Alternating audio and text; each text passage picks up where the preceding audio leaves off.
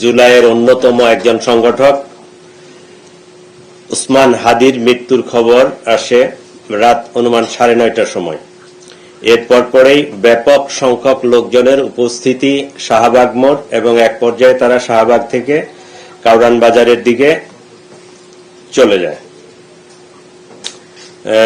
18 তারিখ রাত অনুমান 11টা থেকে সে দিবাগত রাত 19 তারিখ রাত 2টা-2:30 পর্যন্ত এই বেআইনি সমাবেশে অনেক লোকজন, কয়েক হাজার লোকজন কাউরান বাজারস্থ প্রথমে প্রথম আলোর অফিস, পরবর্তীতে ডেইলি স্টারের অফিস ভাঙচুর, অগ্নিসংযোগ, ভ্যান্ডালিজম, লুটপাট ইত্যাদি চালায়, যেটা অনাকাঙ্ক্ষিত, অনভিপ্রেত। এটা আমরা কখনোই কাম্য করি না। কিন্তু কতিপয় দুষ্কৃতিকারী এরা সবসময় সুযোগের সন্ধানী, দেশে একটা অরাজকতা পরিস্থিতি তৈরি করার চেষ্টা করে এবং কতিপয় লোক এই সুযোগে থাকে। কোনো জায়গায় একটা গ্যাঞ্জাম হলে ওখানকার সম্পদ, কম্পিউটার, টাকা পয়সা, এইটা ওইটা লুণ্ঠনের ইচ্ছায় তারা, অভিপ্রায়ে তারা ওখানে চলে যায়। আমাদের পুলিশ, সেনাবাহিনী সর্বোচ্চ চেষ্টা করেও তাদেরকে নিবৃত্ত করা যায়নি। এমনকি তারা ফায়ার সার্ভিসের গাড়িগুলো আসতে দেয়নি, রাস্তায় প্রতিবন্ধকতা করে ফায়ার সার্ভিসের গাড়িগুলো আটকায় রাখছিল। এইরকম অবস্থার সৃষ্টি হয়েছিল।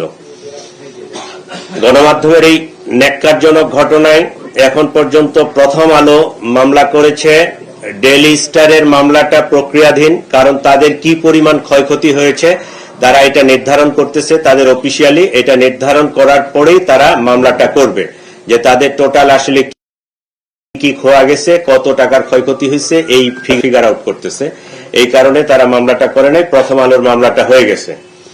ইতিমধ্যে Dhaka metropolitan police, DB, CTTC এবং অন্যান্য গোয়েন্দা সংস্থাগুলো ভিডিও ফুটেজ দেখে এই দুষ্কৃতিকারীদেরকে চিহ্নিত করার চেষ্টা করেছে এবং আমরা গ্রেফতারের প্রচেষ্টাও অব্যাহত রেখেছি। এখন পর্যন্ত থানা পুলিশ কর্তৃক 13 জন এবং সিটিটিসি কর্তৃক 3 জন, ডিবি কর্তৃক 1 জন, মোট 17 জনকে গ্রেফতার করতে আমরা সক্ষম হয়েছি।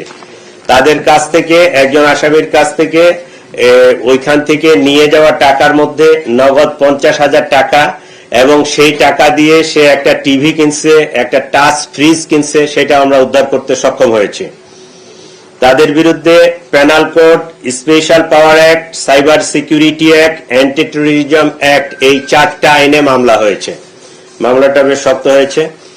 থানা পুলিশ কর্তৃক যে 13 জনকে অ্যারেস্ট করা হয়েছে তার মধ্যে মোহাম্মদ নাইম, তার বয়স 26, 1 নম্বর, তার কাছ থেকে টিভি, ফ্রিজ এবং টাকা উদ্ধার করা হয়েছে। মোহাম্মদ আকাশ আহমেদ সাগর, মোহাম্মদ আব্দুল আহাদ, মোহাম্মদ নজরুল ইসলাম ওরফে মিনহাজ, মোহাম্মদ জাহাঙ্গীর, মোহাম্মদ সোহেল রানা, মোহাম্মদ আব্দুল বারেক শেখ ওরফে আলামিন, রাশেদুল ইসলাম, সোহেল রানা, শফিকুল ইসলাম, এই 13 জনকে থানা পুলিশ কর্তৃক গ্রেফতার করা হয়েছে। মোহাম্মদ প্রান্ত শিকদার ওরফে ফয়সাল আহমেদ প্রান্ত, আবুল কাশেম, রাজু হুসাইন চাঁদ, এই 3 জনকে সিটিটিসি কর্তৃক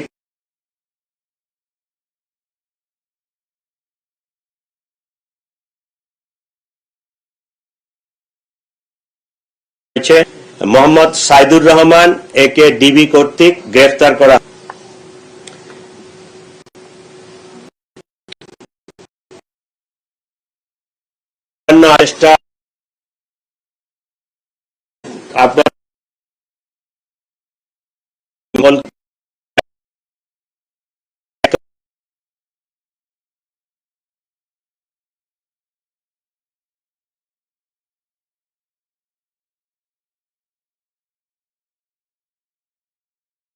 কেউ নিজের হাতে, এইটুকুই। আর আপনাদের উপর, আপনাদের মাধ্যমে সকলের জন্য আমি একটা জিনিস ইনফরমেশন দেই, যে আমাদের যে ফৌজদারি কার্যবিধি আছে এইটার 44 ধারায় এটা স্পষ্টভাবে বলা আছে এই দুষ্কৃতিকারী বা এই অপরাধী, কতিপয় অপরাধ ওখানে একদম বর্ণনা করা আছে, তাদেরকে ধরে দিতে বা ধরতে সহায়তা করতে জনগণ পুলিশকে সাহায্য করবে। এটা আইনেই বলা আছে, আইনানুগভাবে আমরা এটার জন্য কিন্তু এন্টাইটেল। ওই যে আপনাদের মাধ্যমে আপনারা এবং যাদেরকে শুনতেছে সকলের কাছে আমাদের উদাত্ত আহ্বান, শুধু এই ঘটনায় না, আরো অন্যান্য ঘটনায় যে সকল যদি আপনারা এলাকায় দেখেন বা পান, কোনো বাসায় থাকে বা ইয়া করে, আপনারা তথ্য দিবেন। এটা আমাকে আইনানুগভাবে অধিকারটুকু দেওয়া